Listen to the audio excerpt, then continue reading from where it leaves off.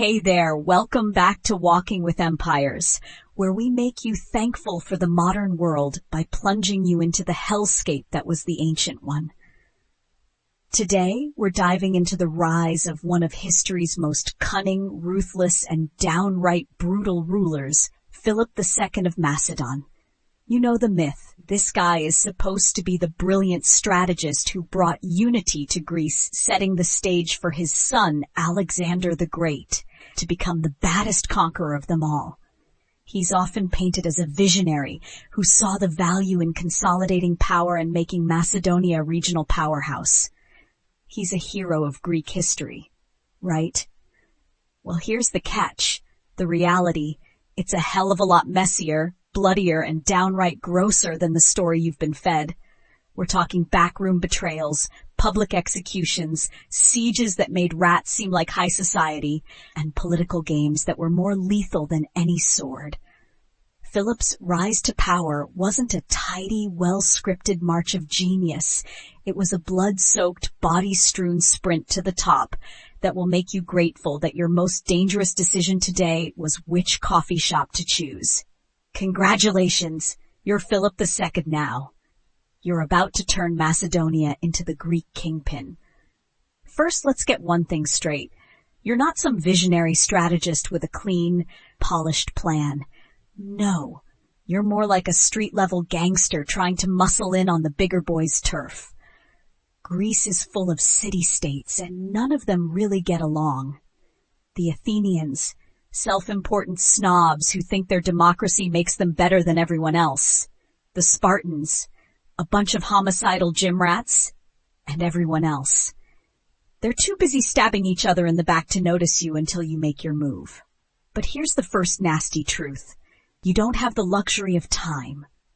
The moment you take the throne, your life is a race against every other Greek who wants your crown. Assassination is the national pastime. Political backstabbing is an Olympic event. And you're going to need some serious muscle to get through this. And no, I'm not talking about your army, although that will be useful too. I mean, real muscle. If you don't want to die before you get a chance to implement your grand strategy, you're going to have to fight off a lot of the people closest to you, starting with your family. First order of business, your wife, Olympias. She's a powerful figure in her own right, one of the last people you want to mess with, but you're going to mess with her anyway because that's how this world works.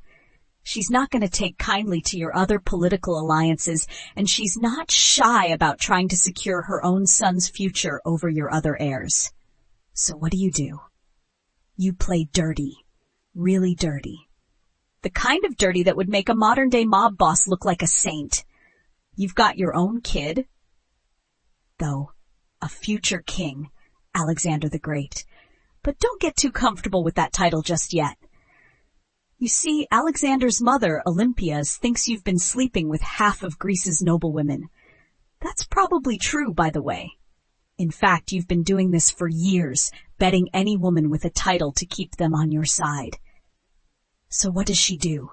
She stirs the pot with your enemies and plots your demise, all while feeding her son the kind of royal propaganda that will one day make him think he's descended from the gods. Not exactly the calm, loving household you'd want to raise a future emperor in, huh? The good news is, your son will eventually become one of the greatest military minds ever. The bad news is, you're going to have to dodge assassination attempts to get to that point. Now let's talk about the way you're going to shape your army. To make a statement, you need muscle. And I'm not talking about fancy uniforms and heroic speeches. No, you're going to get a bunch of farmers, slaves, and other lowlifes to fight for you. These are men who don't have a choice but to fight. They are pressed into service. And let's just say their motivations aren't exactly patriotic. These guys are going to smell like wet sheep and body odor mixed with a hint of desperation. But hey, it's all part of the charm. As the battle rages on and your men charge into the fray, don't think for a second that the conditions are glamorous. Your warriors aren't wearing shiny armor. They're slopping around in whatever they could scrounge up. Leather, bronze, and iron are your friend, but none of it is designed for comfort. Your soldiers are sweating so much that their leather tunics start to stink like a butcher's stall in August. And their feet, don't even get me started on the smell of their feet. They're wearing sandals that give them blisters the size of grapefruits, and the constant marching in blood makes those things swell up like overripe fruit. As you lead your army, you're not just fighting battles, you're fighting to survive. Your soldiers get no sleep, eat terrible rations, and sleep in the mud. But the worst part, the siege tactics. Picture this. You're at the gates of a city, starving your enemies out. The good news is you'll break their morale. The bad news is it'll take months of sending your men to dig latrines in the same fields where you'll be fighting, sharing the same miserable disease-infested water sources, and watching your troops rot from dysentery. And let's not even discuss the psychological toll. The sound of men vomiting, moaning, and dying is not exactly a morale booster, is it? Eventually, after weeks of laying siege, you finally break through. And now you're left with a bunch of broken, terrified people who know that they're about to meet a gruesome end. The good news is the city falls. The bad news is you're going to have to execute some of them. And not in any quick or easy way either. The executions will be drawn out, public, and horrifying, sending a message to anyone else thinking of defying you. But it's not just the enemy you'll have to deal with. You'll also have to manage your own empire's internal chaos. And let me tell you, it's not just about maintaining power. It's about surviving the endless scheming and backstabbing from within your own court.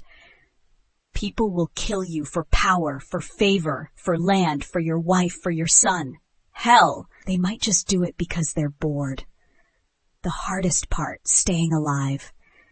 You'll live in constant fear that some poison might be slipped into your wine, or that your closest advisor is planning your death. One slip up, one wrong word, and your fate will be sealed. It's like living on a tightrope where every step could be your last. There's no one you can trust, not even your own family. The good news is, you'll be dead soon enough, so you won't have to deal with the aftermath. The bad news is you'll die slowly, painfully, and in a way that will make everyone around you question why they ever thought ruling an empire was a good idea. So what's the takeaway from all this? You might think that the life of a ruler like Philip II was glamorous, filled with victories, strategy, and fame, but in reality, it was a pit of betrayal, suffering, and backbreaking work. No spa days, no fine dining, no luxury living, just constant paranoia, betrayal, and the bitter stench of human sweat and death. And remember, this is the life you're fighting for. The next time you complain about your job or the state of your car, just think of this. Would you survive this world? Would you even want to? Because honestly, I'm not sure you would, and neither would I. Now go ahead, raise a toast to your modern life, and remember, sometimes the best thing about being alive today is knowing that you don't have to live like this. Cheers.